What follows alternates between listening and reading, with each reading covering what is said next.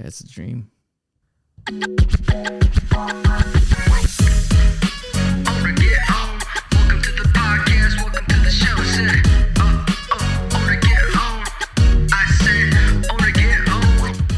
Hello, Owner Get Owned family. Welcome to the podcast. Welcome to the show where we teach you how to own so you don't get owned in real estate. I'm your host and lender, David.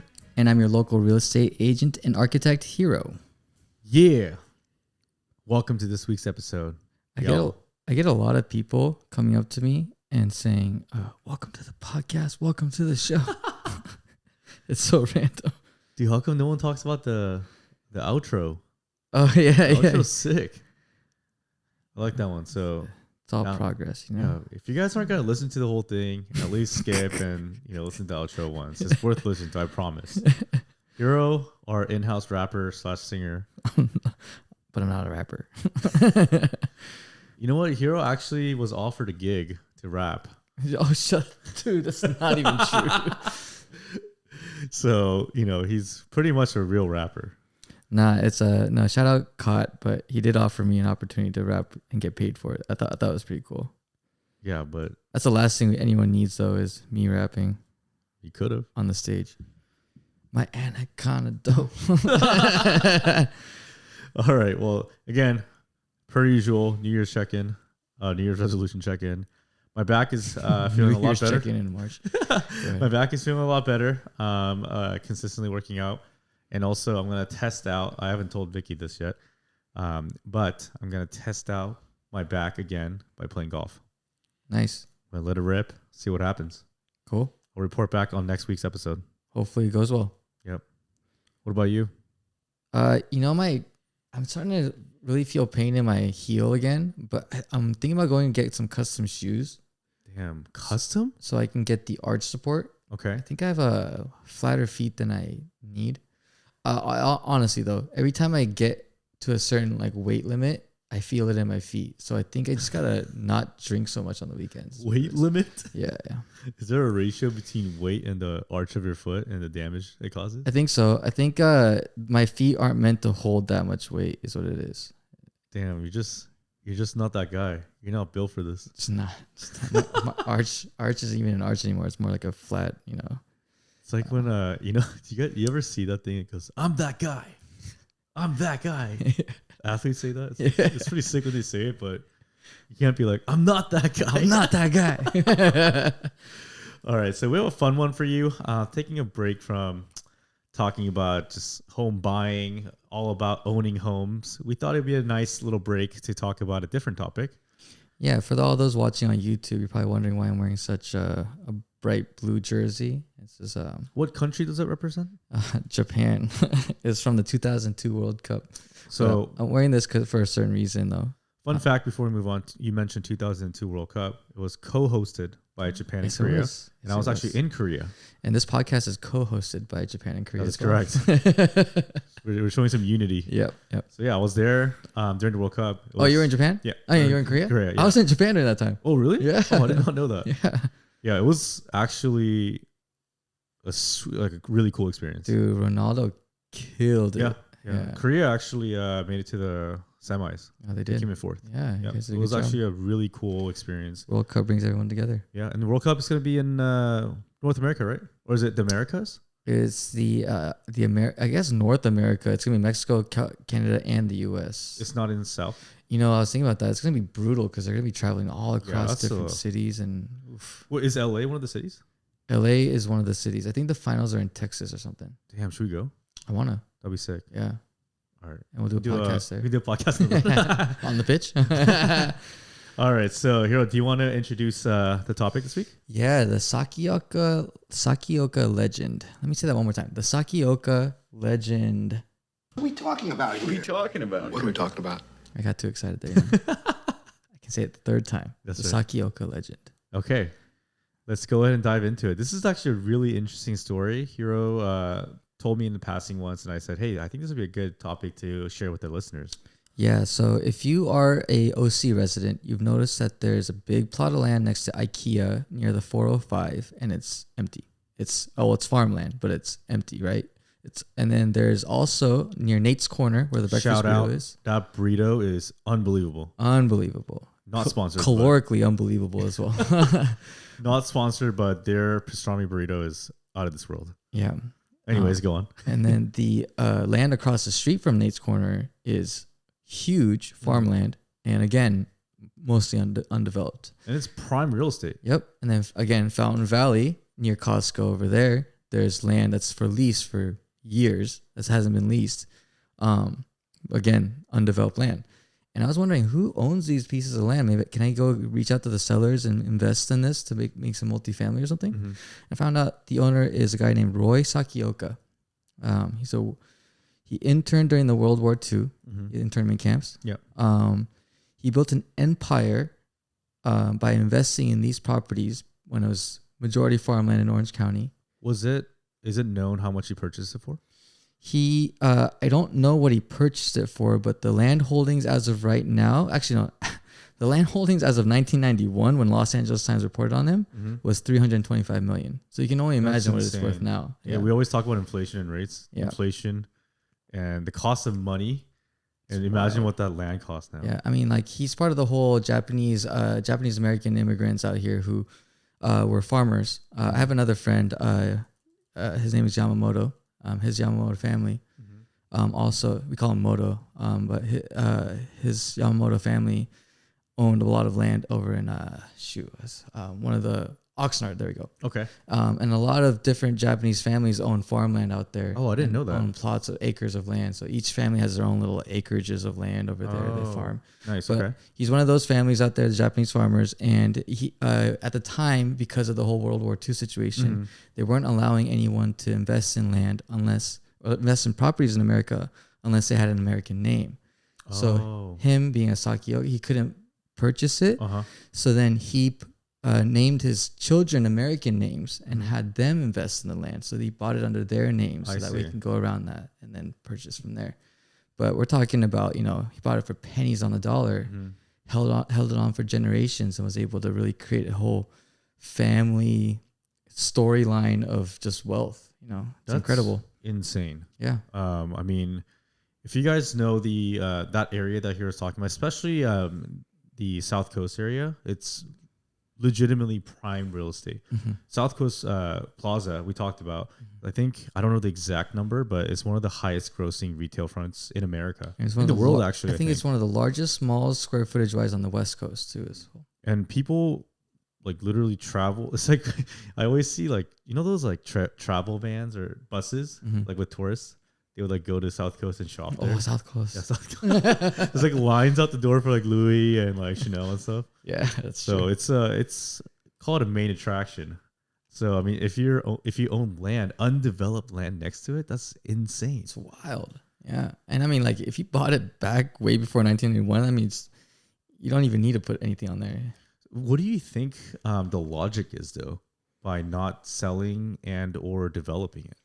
It seems like it's farmland. It's used for farmland. So I don't know if it's still used that way. And we haven't really reached out to the Sakioka family about this, but we really just thought it was a really cool story. But I mean, they've been using it for farming this whole time. I'm not quite sure if it's still functioning that way, but I know it's been passed on to Roy Sakioka himself passed away. So rest in peace. Yep. But his family members have been taking care of the land since then. And I mean, they're able to just reap the rewards from all the hard work. So just putting on your architecture hat, right?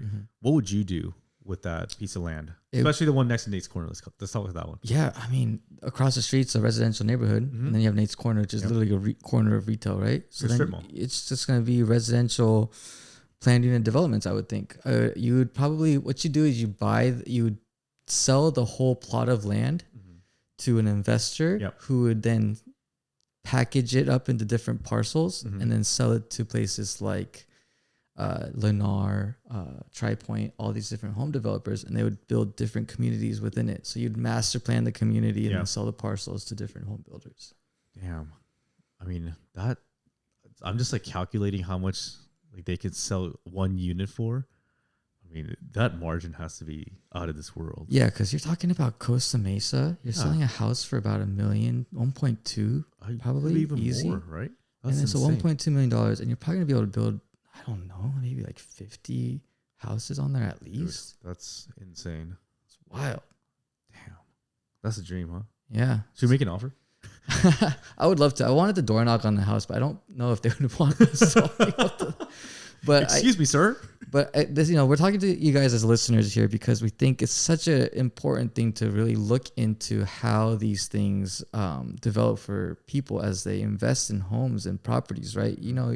It's hard to come by land that big, but at the time, Orange County was nothing. It was literally Orange County because it had oranges, trees and everything. So right now, places like Riverside and, San Bernardino, just county in general, just plots of land with nothing there. Yeah. That was how OC was. So maybe if you have the foresight to find someone that has that, you can invest now, reap the rewards generationally later.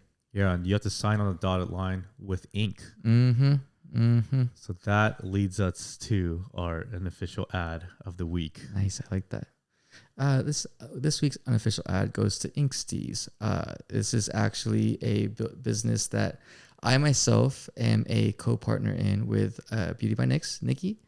It is a permanent makeup beauty supply business, e-commerce store. We provide beauty e-commerce products for all those beauticians out there who are doing permanent makeup on their clients. We do lip and eyebrow stencils, the skin practice sheets, the actual ink themselves, and the tattoo machines that they use. So we provide all the supplies necessary for the beauticians to succeed in their business. Yeah, you can't just start on human skin, Yep. You got to practice. So if you want to, I know one of the products you sell is the practice pad, right? Mm-hmm. So yeah, all you noobs out there, if you want to own at it, go practice. Hey, if you want to be just as good as Nikki, that where you know where to go. Inkstees, beauty with style and ease. I like that. That's a good one. Yeah. All right, let's move on to just a tip. Just the tip? Just the tip. All right, this week's just a tip it's for the kids. It's for the kids. It's generational. So just shout out to Roy Sakioka. He was a man. He really showcased this, right? So when you're buying property and you're able to look at it long term, really doesn't really matter what price you get it for if you're thinking about it in terms of generations of families. Because if in the first 5 years or so, it's going to fluctuate up and down. First 10 years, it could even be break even. But if you're holding it for 100 years, generational, these kids are going to own this land that's now going to be super valuable. Just look at it now in Orange County. If you buy a single family home that's new construction, there's no land with the house. It's literally just your driveway and then your house, and that's it. Yep. And the old houses have backyards and all that stuff that's just unheard of. That was a norm. Yeah. Because there was so much land back then. Yeah. So just imagine what's common now is going to be scarce then. So if you can think of it generationally, buy like that. Remember you were telling me about your neighbor, one of your neighbors that bought the house in the 60s? Or when was it again? It was a long time ago. My direct neighbor, so I bought my house here for about $900,000. Mm-hmm. My direct neighbor to the right, I looked into their property records. She bought the house in 1965. Mm-hmm. She bought it as a new build for $25,000. That's insane. The ROI, wow. That's generational, baby. Yeah. That's only one generation, dude. That's right. That's crazy. Yeah. So, I mean, again, when is a good time? Good time is now. Just get in. And good time was 1965. Yeah. So if you have a time machine, go back and just got to bring back 25K. Whew, that'd be nice. Yeah. Shout out Nancy, man. You're such a great neighbor. We love you. That's awesome. All right. This Q&A, I get this question when we're at like parties or out. Like, oh, you're in real estate? You do like investments? Like, is it a good time to buy? How many times have you answered that? Exactly. So this one's good. Does it always have to be homes? Actually, I just talked to a client of mine named Juan. He has a business called the Land Fellas. They invest in land. The Land Fellas. Yeah. I like that. Yeah, it's pretty cool, right? That's super cool. Yeah, but they buy land and then they flip it. So they don't do anything to it. They just buy it, hold it, and flip it. And then they just buy a bunch of land and it works well in highly active markets like 2020 when it's a seller's market. Yeah. So that way, just by holding it and selling it a couple months later, you might make a bunch of money. But like properties, you have to maintain it. But land, it's just dirt. And if you can sell it for more later, it's easy. It's Yeah. just more speculative though. So what's that thing called? Where is it called wholesaling? Where you're holding onto contracts and then flipping the contract? Yes. Yeah. So that's a different, conceptually different, but kind of similar. It's called assignment. So you get the contract, and then there's a box on the RPA, which is the offer contract, that says assignment, and you can have a certain amount of time you can assign it to a different person. Mm-hmm. So that means you get your contract. You say, I'm going to buy your house for $1 million. And then before you close on your escrow, you sell that contract to someone else who says, I'm going to buy that same house for $1,025,000. And then you pocket the $25K and then they buy the house. It works only if the seller really understands what's going on, because if the seller doesn't know that you're doing the wholesaling and then they find out that you sold the contract and made 25K off them, they can be pretty mad at you. Yeah, I can see that happening. So be careful. So I guess it's not the same thing, but Yeah. that's another way to make money. Yeah, I mean, no, the real estate's really creative. You can buy hotels, you can buy, obviously Airbnbs. You saw that, single family homes as Airbnbs. You can buy apartment complexes, office complexes, Mixed commercial use. yeah, I mean, there's so many different amusement parks. Yeah, there's so many different ways to get involved in real estate. It's not just residential, right? I mean, I think the possibility is limitless. Yeah, and I think since we're talking about OC residents, what's really cool? They're trying to make the Westminster Mall, which is now pretty defunct. There's not really much going on there. They're going to demo that and make it into a new downtown core of Westminster. Was this one of the blog posts that you made? Yes, I did. Yeah. So if you guys don't know, Hero posts a blog post. Is it every day? I try to do every day. Almost every day, Yeah. and I see it on LinkedIn. I see it on Instagram. So if you guys ever want to, read some news about real estate, Head over Heroes to guy. JustinCharles.com, my brokerage. I've always posted little media links about real estate to teach you, in text form, and we do audio form here. All right. Well, thanks for tuning in, guys. Again, as always, if you have any questions in regards to real estate, whether it's home or not, we're more than happy to help. So signing off is David. And this is Hero. Rest in peace, Roy Sakioka, R.I.P. Thank you. Thank you for the podcast, thank you for the show. You just finished listening to Owner Get Owned. See, the outro's so good.